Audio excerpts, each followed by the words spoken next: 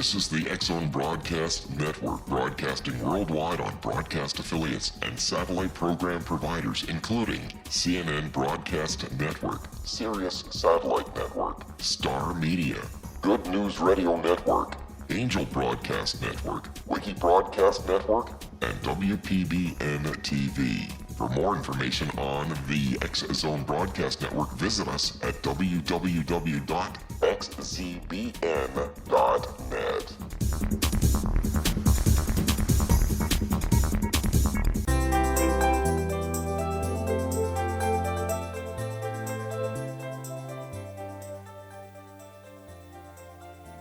Welcome to Know the Name, Know the Genius in You, where in a single moment you can recognize your brilliance and change your life. This is a transformational hour that covers an array of topics that demonstrate how individuals use their native talents, as demonstrated in their name, to look at the ordinary in extraordinary ways. Albert Einstein once said that everybody's a genius. Why would one of the smartest people on the planet declare that everyone is a genius unless he knew that to be true? I'm Sharon Lynn Wyeth, and in each weekly show, you'll hear the fascinating ways other people discovered the genius in themselves and what they were able to accomplish. At the end of each show, especially tonight's show, you'll hear clues on how you can recognize your own innate genius. All over the world, people have many diverse interests, and in that vein, people have written to our show's producers and asked about different occupations and areas of life that have highly interested them. People want to know how highly successful people have managed to achieve their genius mindset by utilizing the gifts that are seen in the name when we use namology science. Some of the letters have asked, how does someone express their creative talents, and how does someone share those gifts with others in such a way that all benefit? Our expert tonight is, once again, Bernard Morin, who has done the most remarkable job in sharing his multiple talents with others, as he's a shaman, a playwright, an artist, and so much more. In the past, we've explored his shamanism. Tonight, we're exploring his ability as a playwright. Bernard has an unusual background because he became aware at a very young age that the world was not entirely as it appeared. In the relative safety of his early 20s, he began to observe the physical world around him for clues that would make sense of all of his early experiences. He found himself drawn to people with particular physical difficulties and anomalies. His observations subsequently led him to identify patterns that would reveal histories of both emotional and spiritual trauma. Additionally, he found that he could intuit a person's issues across the street, then at great distances, as if they were right in front of him. This ability led him to question commonly held beliefs about time, space, and question assumptions about illnesses and disabilities. He started to amass a body of observations that still seem out of step with the world. Bernard felt like a foreigner on the planet. In his mid-20s, he entered the world of advertising and stayed immersed there for a period of almost 20 years. However, in 1988, life and eventually his calling proceeded to wake him up. He was introduced first to traditional Reiki and then a very gifted healer, and he finally felt that his life's experiences had been ratified. He hadn't been crazy at all to look at the world so differently than most of us do. His thirst led him into shamanism, and then it led him to travel and to start art and become a playwright. So in 1992, Bernard left advertising and started to teach and share his knowledge with others. His artwork is incredible, and tonight we're introducing a new play that he's in the process of rehearsal, if I understand it right. So this is so exciting to see a different aspect of Bernard, since I love to have him on the show. Welcome to Know the Name, Know the Genius in You radio show, Bernard. Sharon, hello. You know, you're so very versatile. Would you tell us very quickly, like what this play, what the name of it is, what stage you're in with it, and just that very brief part before we go into more depth? Okay, the name of the play is In Continuum, excuse me, which, because it basically describes the progress of the soul and how souls can occupy residences well after they have parted, and what is it that keeps them there. We've recorded actually now, and as of today have pretty well finished mixing the sound effects in and everything else. It will be aired here on 89.7 and a small local radio station on Tuesday, the 31st of October, and Halloween night. Sorry, and it's going to be, I think, 11 in the morning, 7 at night, and then they're running 5 episodes of it over the next several weeks. So we're well along the way on this one. Well, this is just very exciting. And this is a little bit different than some of your other plays. But it seems like all of your plays have a message or a teaching that's contained in them. Is that right? Well, there's the whole reason I teach is because of the message and how common it all is to all of us and to many of us who have yet to awaken. This was based on purchasing a large old mansion I purchased in 1985, and very quickly, within a year or 2 years, realized that there was something very strange going on with this building. And we eventually, there had been enough happening that was just inexplicable. You couldn't put a reason or ration to it at all. So we called in somebody who would channel this entity out and to find out who it was. Well, a very malevolent woman was the main entity. In fact, there were 3. Okay. The play only deals with 2. Hold that thought and talk about it when we come back for our break. So stay tuned. Sure. Know the genius in you. And after the break, we'll find out about this entity in this building.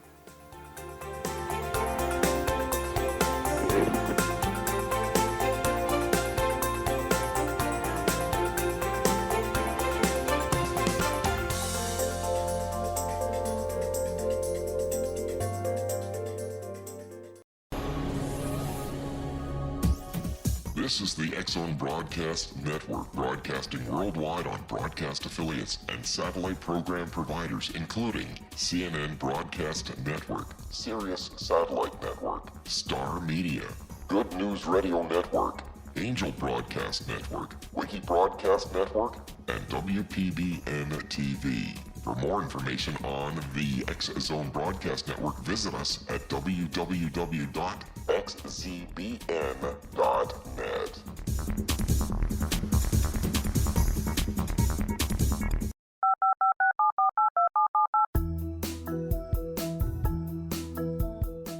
Did you know that when you're on the road with limited data or Wi-Fi, you can still listen to the X-Zone Radio Show with Rob McConnell, The Science of Magic with Gwilda Wiyaka, X-1, Dimension X, Space Patrol, and every minute of the X-Zone Broadcast Network by calling 213-401-0080, courtesy of Audio Now. No smartphone, app, or internet needed. It saves your data plan and it's free if you have unlimited minutes. Call 213-401-0080 to listen on any phone, anytime, anywhere. Remember 213-401-0080 for the best of the paranormal, parapsychology, and sci-fi radio programming anywhere, 24/7, 365.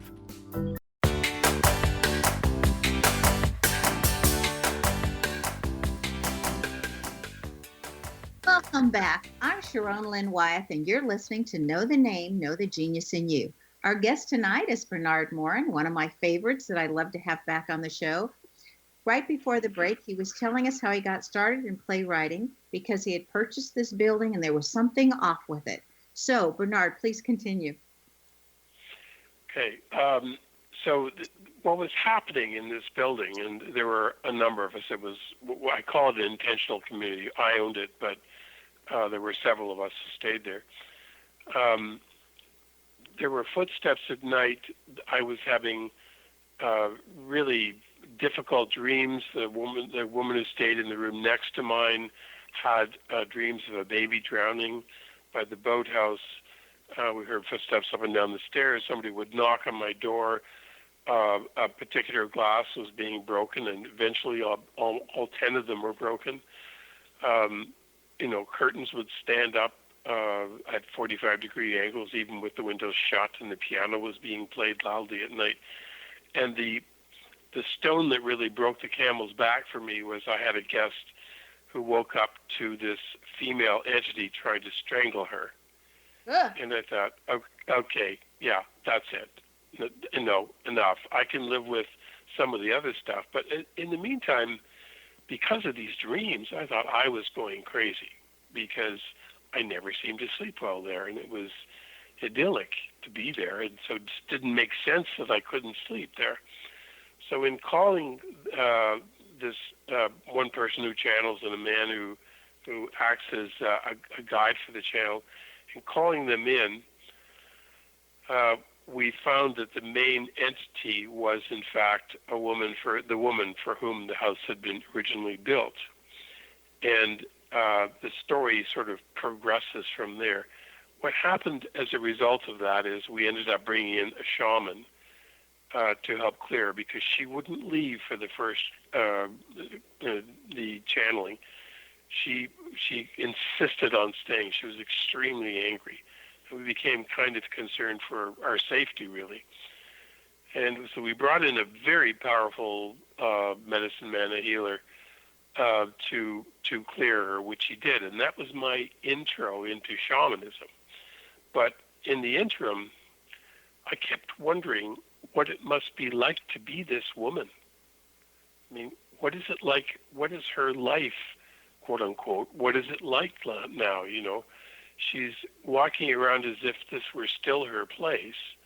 And so from her point of view, everything looks the same, except that there are these intruders, these visitors. What are they doing? And they're changing things and being angry about all of that. And I became fascinated by what her life might be like. And it led me into shamanism, and it led me into moving spirits out who were trapped in physical buildings. And a lot of times they're trapped and they don't know they're trapped. They just know that there are some very odd things going on. So the play explores that from both angles, from her angle and from the angle of the people who are experiencing it, and eventually what the shaman had to do to clear it. So that led to the writing then of the play. I beg your pardon, sorry? So this experience then is what your play is about? That's what the whole play is about. And it was made into a play because technically I think it's a movie script, but what a play forces you to do is put it into a very efficient, into an efficient module, if you will, and where everything that is important can happen. A movie has the luxury of being able to change a location, and a picture will tell a lot of the story. Play doesn't have quite that luxury. And a radio play, less than that, you have to describe everything. So it's been an enormous challenge to scope it down from the original movie idea, into the play and then into a radio play. It's been fascinating. But that really is what started me on all this. I've never been really afraid of ghosts or ghosting. They kind of have always been around me, but it never really occurred to me that I could speak with them. And once you when you this with the building, and once you started that, did more people say that they were hearing ghosts or having ghostly experiences? Did you start having people come to you and share their experiences too? Well, that's interesting. What happened was I saw it happening, and then the woman who slept in the room next to mine admitted to me that she kept having this weird dream of a baby drowning down by the boathouse, and the room was always freezing. It didn't matter how hot it was outside. That one room was always freezing, and she couldn't sleep there. So we shifted where she was sleeping, and I said, okay, let's just keep it between us, and we'll see if anyone else has an experience like that in room 2. And then I started asking whether other people had unusual occurrences, and it started to spill out that many people had. There were one or two skeptical people in it, and then all of a sudden they had an experience down by the boathouse that completely terrified them. And everybody suddenly realized, oh my God, this is real. This is happening. This really is happening. So, it was a fascinating process and so dramatic when the spirits were cleared from the building that literally it was like someone turned off, the hydro substation that was located in the house. It became so calm and peaceful, and areas of the house that had been kind of uncomfortable that you would sit in, but you couldn't stay there long, all of a sudden became your favorite place to sit. So it then drove me to try to understand what it is that happens to houses that are inhabited by these people. And when you think about it, you've walked into a room where someone has had an argument, and you can feel it. Am I right? Yes, you can feel it. That's why I always say, you can feel it. You with me, That's you have right. to go outside, because I don't want it all stuck in the furniture.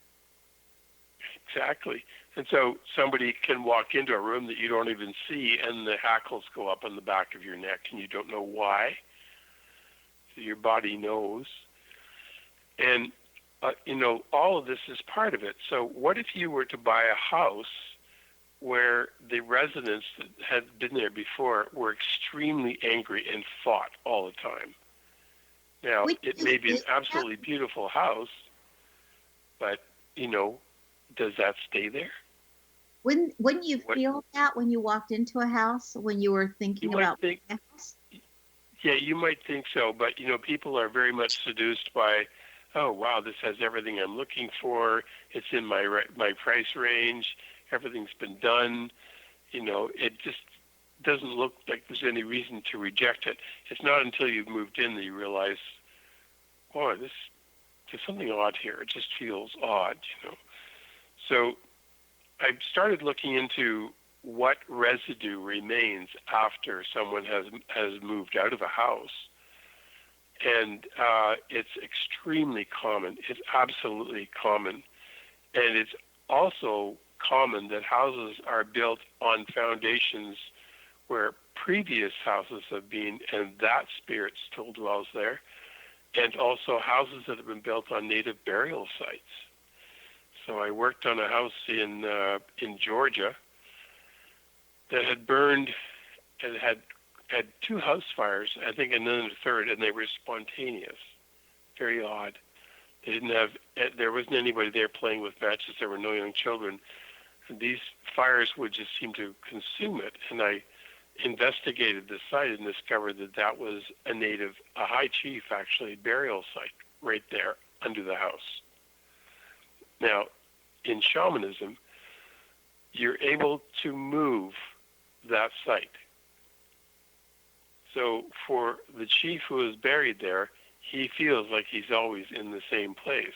But I've in fact moved him and the hill in the energy to a slightly different place. The house can therefore be clear. It's a little hard to describe that. Is that something similar to if somebody passes away in a house? Would that affect the energy of the house that then people would pick up on afterwards? Absolutely. Now, it depends on the readiness of the person who is passing over. If it's someone who's ready for death and it feels complete and they're ready to move on, it's unlikely that their spirit would stay in the house longer than perhaps 3 days.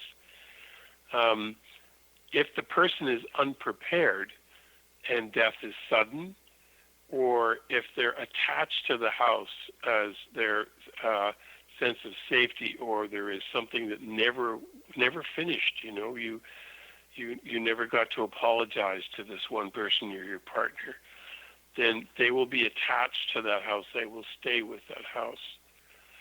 And so my job going in, one other story, there's a small hotel here that always felt bizarre. And I walked in and I said, "You've got a spirit in the basement." And the fellow who ran the main floor business said, "It's always cold and dark down there." So I went down, and there was a 6-year-old boy huddled in a corner. And I kind of spoke with him, and found that the story was that he was separated from his mother, and he had come down here to protect himself. He was huddled. So I moved him up, and immediately the man who rented the space, who was not particularly a believer, said, "Wow, it's like somebody suddenly put in 150-watt bulbs down here instead of what was there before." And then I went upstairs, and in the back bedroom found the child's mother. Then I discovered, you don't always get a full history, I discovered that there had been a fire in that hotel, and they had died. And that's why their spirits were there. They were separated. He was looking for his mother, and she was looking for him. And they were separated in the building. So they were still doing that. They were still looking for each other. So once you helped them find each other, were they able to be released? Yes. Yeah, they left the space. I take them up to,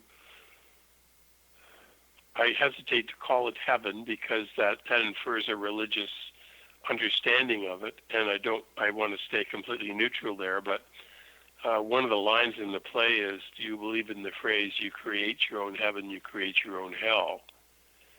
And in which case, you go to your version of heaven.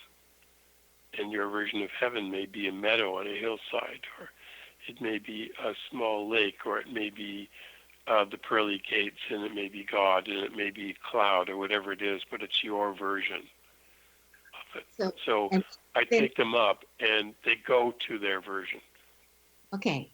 We're going to stay tuned to Know the Name, Know the Genius in You. After the break, we'll find out some of the different ways and different things that Bernard has written that has assisted people to heal, and about some of his different experiences.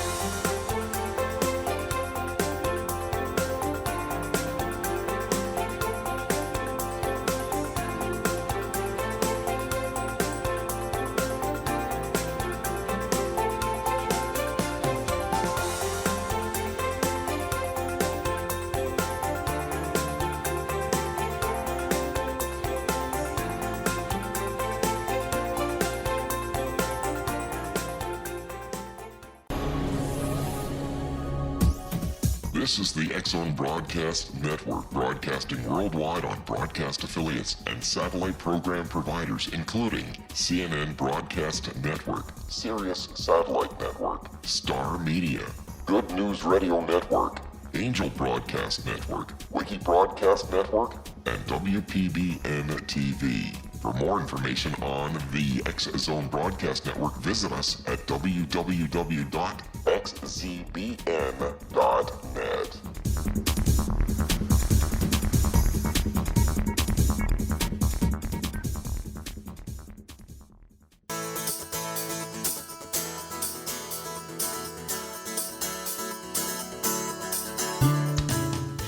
Welcome back. I'm Sharon Lynn Wyeth, and you're listening to Know the Name, Know the Genius in You.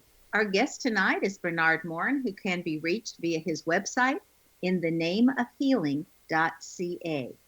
Bernard, before the break, we were talking about houses and how they feel when certain people live in them or don't leave them. From the house's perspective, if they've got a spirit living there, how does the house feel? That is a fascinating question. In the play I wrote, it's a witnessing, and because it spans a few periods in time, someone said to me, looking at it from a linear sense, well, how can that be if that person's died and this person's died? How can they be talking about it? And the answer is, it's the house's perspective. The house is the witness, the ultimate witness. So the house is the vessel in which holds all of that. The house, I've never talked to a spirit of a house other than sometimes they will speak to me when I'm walking through and say there's something odd going on here.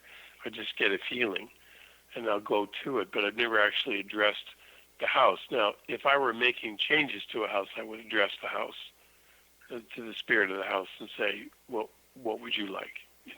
what One of would the honor you? one of the men that I know that is a broker and has quite a few real estate people working for him has mentioned that houses that are unoccupied is where all the wasps and the bugs start hanging out because they feel like there's no energy there to protect it. And the house says, fine, at least there's something alive here. What would you say to that? I know that if you know the theories, it's actually more than a theory of geopathic stress, which is these are lines that are formed around the world, and what they rise vertically. I mean, they're a water vein, but the energy rises vertically through them, and they can go through high-rise buildings. What happens is certain things are attracted to negative energy. Bees, wasps, spiders, and cats, believe it or not. Cats will lie on negative energy spots overall. So I can't completely speak to why insects would be attracted to that, except that we do a good job of keeping insects out for the most part. But they are attracted to the negativity, and how that fits, I'm not totally sure.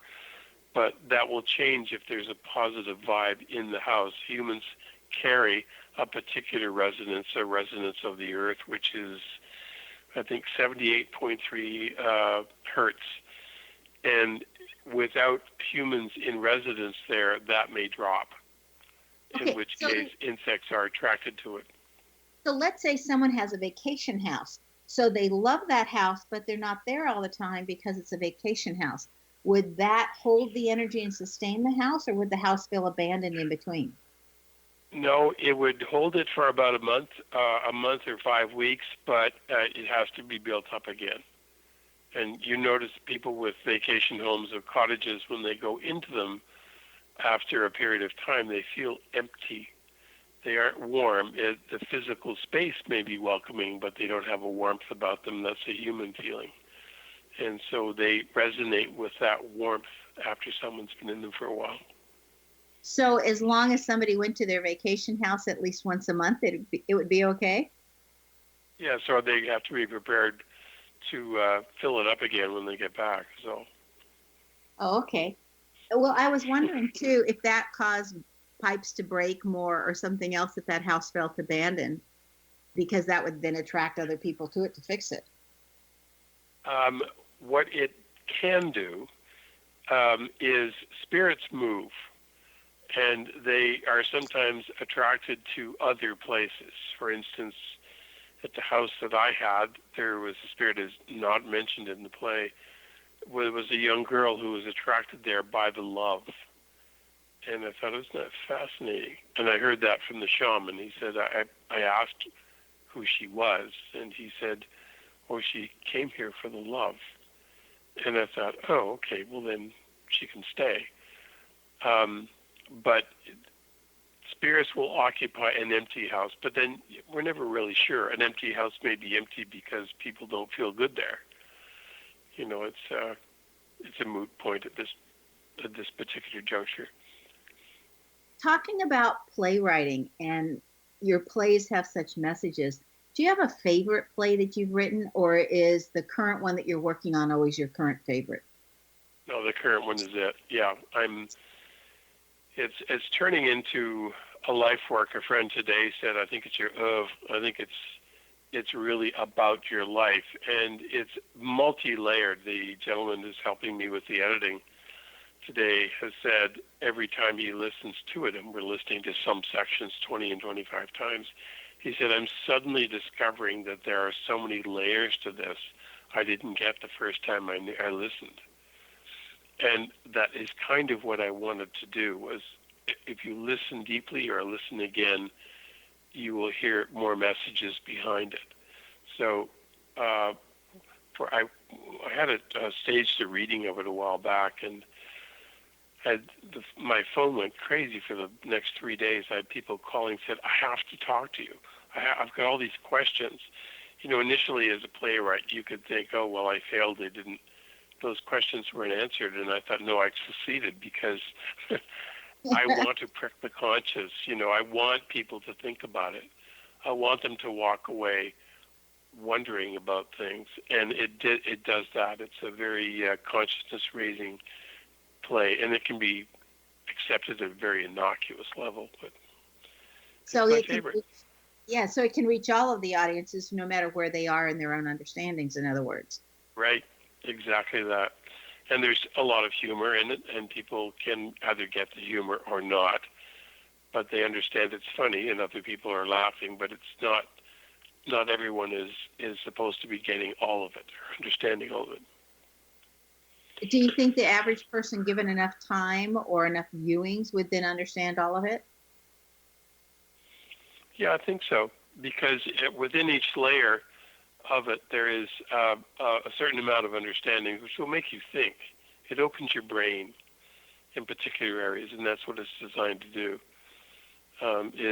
You start thinking, okay, who is this person? And why is this person here? Instead of saying, I don't want to hear about it. I mean, I don't want to know about this.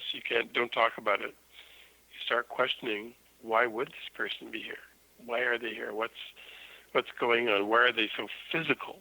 Why are they throwing things and moving things and doing, things to really bring your attention to her?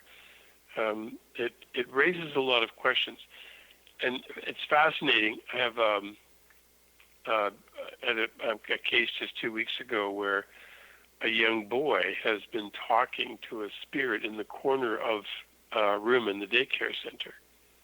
And the operators told his mother, he's only 4, and said, he's been talking to, it looks like he's talking to somebody in this corner. And the mother noticed at the same time that there was this spoken fear of ghosts. And I thought, okay, number one, this child is incredibly sensitive and open. And if it's creating fear, then the opportunity is to teach him to say, don't talk to me right now. I don't want to talk to you. Like, right. You're scaring me, so I don't want to talk. Right, and put the child in charge.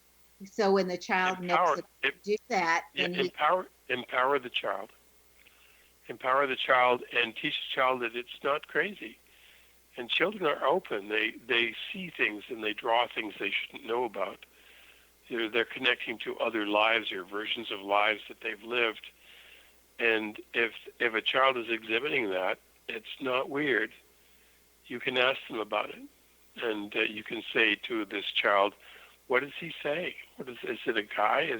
Who is it? How old is this person? So it's utterly fascinating. During the time period of Halloween, are more people receiving? We always read that that's when the veil between the worlds is the thinnest. So are more people receiving, or what do you see or sense that's going around during that time period of the year that we call Halloween? That's a fascinating study, and in parts of the world it's Guy Fawkes Day, or the Day of the Dead, and it's for us it's turned into the business of fear, really, fear and candy, and fear is its own opening and can create problems, but for the most part, I think the real teaching is, okay, to your child, honey, that isn't real. That man, the blood running down his face, that isn't real. He's wearing a mask. Oh, it's a teaching opportunity, not around fear. So, there are spirits that we talk about, but I've never actually seen them walk down the street during Halloween. I see them on other occasions, not Halloween. Halloween's kind of fun, actually, I refer to it as the high holiday. The high holiday. I always wonder if more people pass away during that holiday or that time frame, if that veil is thinner, if that would help people cross over that maybe didn't want to work as hard to cross over or had more fear of it, or, just thought, oh, this is an easier way. That's interesting. There's a study that needs to be done. My sense is that more people cross over on occasions like Thanksgiving and Christmas in the middle of the night when no one's there. there's an emotional connection, and people are absent. So their souls are vibrant, but when people are not present, then the soul can leave. And there are people who do vigils. I personally disagree with staying with someone who's dying as a vigil until they pass. I think, in fact, you're prolonging that journey for them. That if you were to leave, they would probably pass quite quickly, and most deaths occur at night when no one's there, for good reason, you know. Now, see, that to me is just fascinating, and maybe it's because I'm aware of so many deaths lately, and people that are in that stage, you know, that we've been told their time is very short.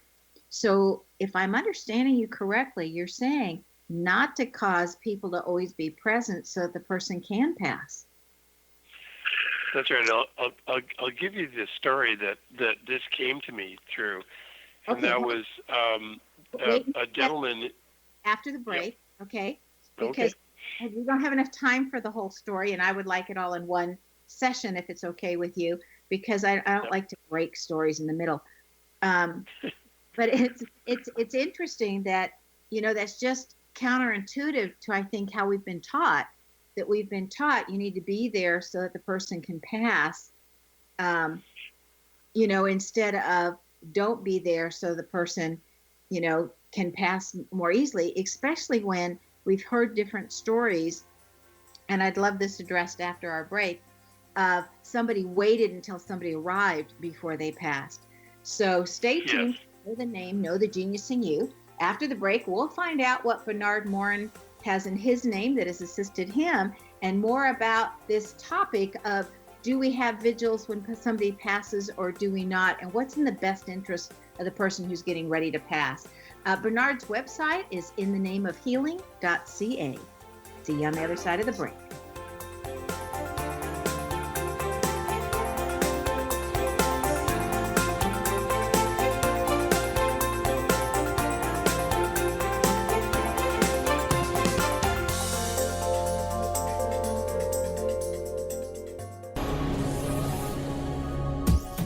This is the X-Zone Broadcast Network, broadcasting worldwide on broadcast affiliates and satellite program providers, including CNN Broadcast Network, Sirius Satellite Network, Star Media, Good News Radio Network, Angel Broadcast Network, Wiki Broadcast Network, and WPBN TV. For more information on the X-Zone Broadcast Network, visit us at www.xzbn.net.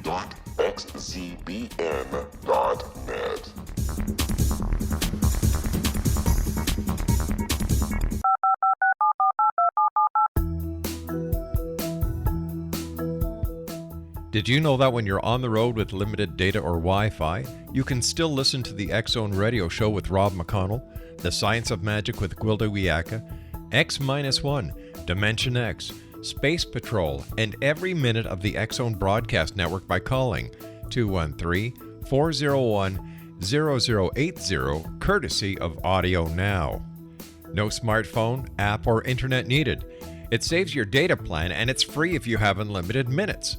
Call 213-401-0080 to listen on any phone, anytime, anywhere. Remember 213-401-0080 for the best of the paranormal, parapsychology, and sci-fi radio programming anywhere, 24/7, 365.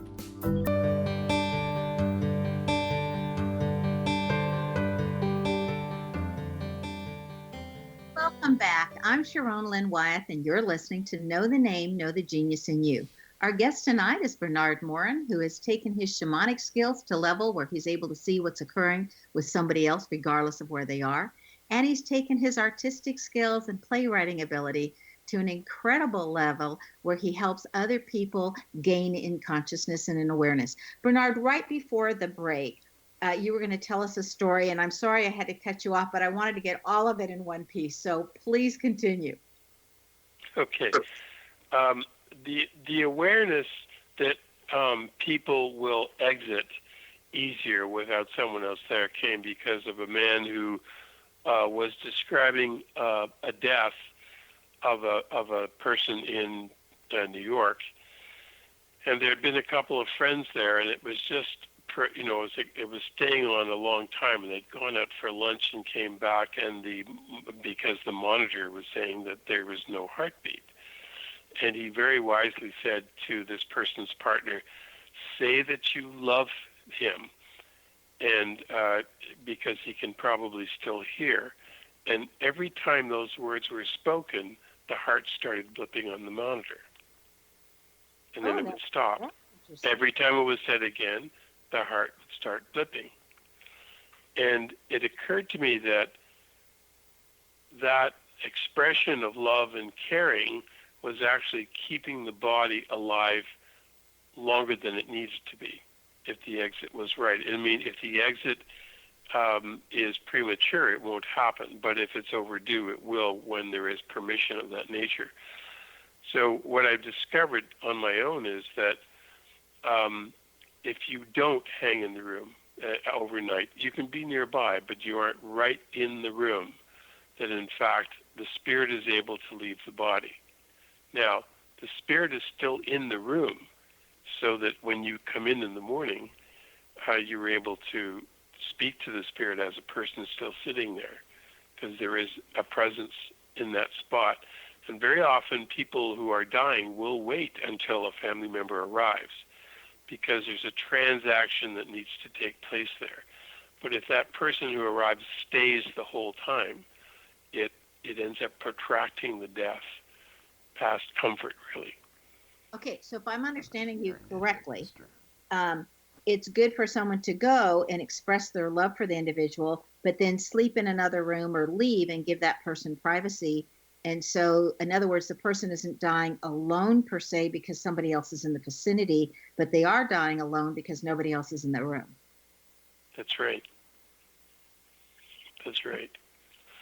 And the other thing that can help or can be done is to open a window. Okay, now why that?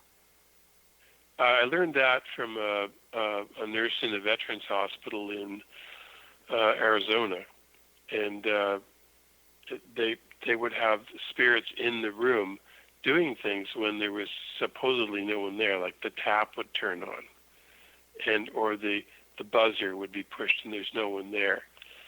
And Mary knew the trainee nurses would be petrified.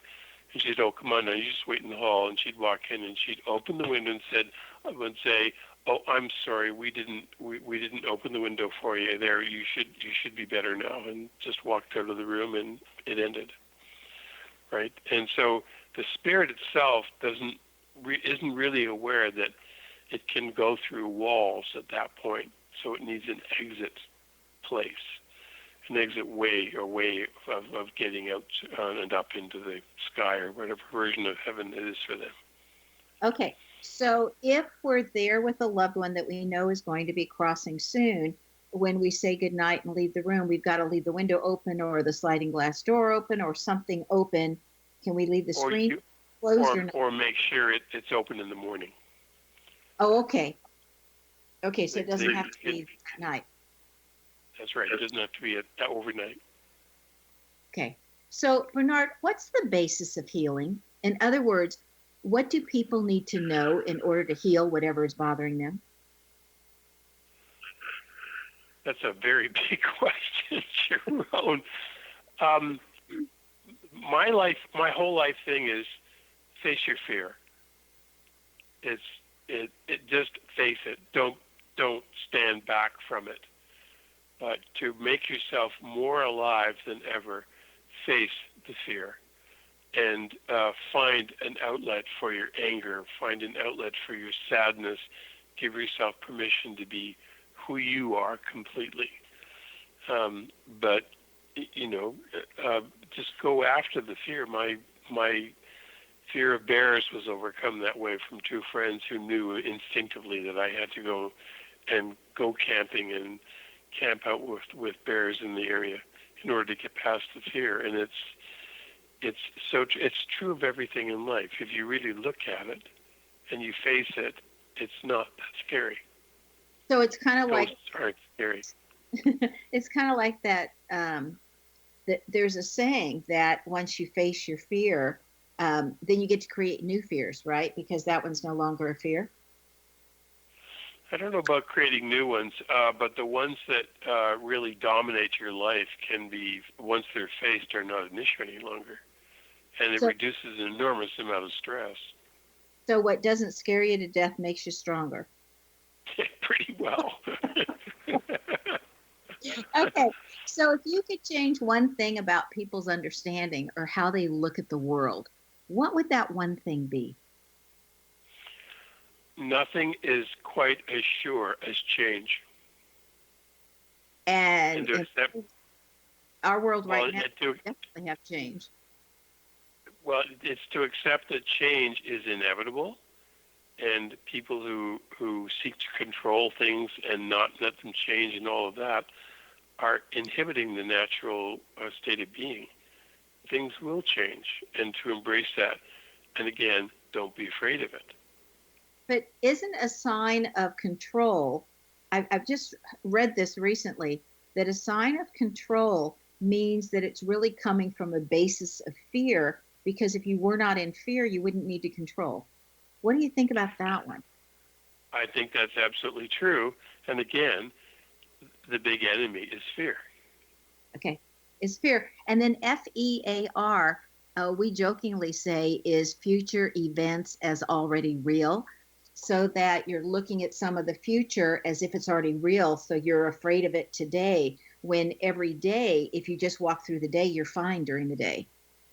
Right. My acronym for it is false experience appearing real. Oh, I like that one too. Is there anything else that you're currently working on that you'd like to share with us? I'm working at changing things at the cellular level for people. So I have the opportunity to work with someone with stenosis shortly, and I'm going to work at changing the molecules of the restriction in the spine. And I think that's completely possible. It's just a matter of focusing one's attention to the point where that can happen. And I've had changes happen with people over the phone. That's kind of where I'm focusing at the moment. So I have a question about that. Something that I hear that a lot of people have is tinnitus. And you go to the ear doctor and they're clueless on what to do with it. And then one of the brain people I was talking with said, well, it doesn't have anything to do with the ear. It really has to do with the synapses and the connection to the brain. But so many people are affected by tinnitus. Are you able to help people that have that also? No, not yet. I have it. So, I mean, I would love to. And of course, the biggest problem is healers can never work on themselves. Right. They have to work with other people, right? Or get other people to work on them. So I haven't, but I know this, that tinnitus is common, or the instigation of it is common through periods of stress. And when you think about the volume of input we have here in the world every day, I mean, it's remarkable that everyone doesn't have it. Well, I mean, it's talking on the phone. We're walking through laser beams all the time and through radio waves. It's the teachers everywhere. I talk with anymore. I have a lot of friends that are teachers because I was a teacher for so long, and they are saying that if you look at the children today in our classrooms, so many of them have anxiety, and so that's a whole nother topic. I want to thank you so much for being with us, Bernard. It is always a pleasure. Thank you, and I have to thank you for encouraging me to lose my nickname and to use my full name. That would result in my finishing more things and not taking on too much, and that's what Nemology has done for me. Oh, yay! So oh, my pleasure. I love this. All right, everyone, be prepared, and please, when you experience Bernard's work, his website again is In the Name of Healing, .ca. Bernard likes to make the world a better place and has an eye for beauty, as well as being a great detective, wanting to know the background of the ones around him. That comes from having the first vowel of an E in his name. And some of his artistic abilities are lying there also. So if your first vowel is an E, you too wish to make the world a more beautiful place. And it's just finding where that beauty of your own artistic is going to come out. Is it a typical artistic way, or is it coming out in how you design things and how you place furniture? There's a lot of different ways of having an artistic way. Do you know where your genius lies? Well, I'm Sharon Lynn Wyeth, host of the radio show, Know the Name, Know the Genius in You, which can be heard every weekday at various hours right here on xzbn.net radio, an X-Zone radio station. Tune in to hear the fascinating ways people discovered the genius in themselves. And if you want to know more, you can also go to knowthename.com. And we'll see you next week.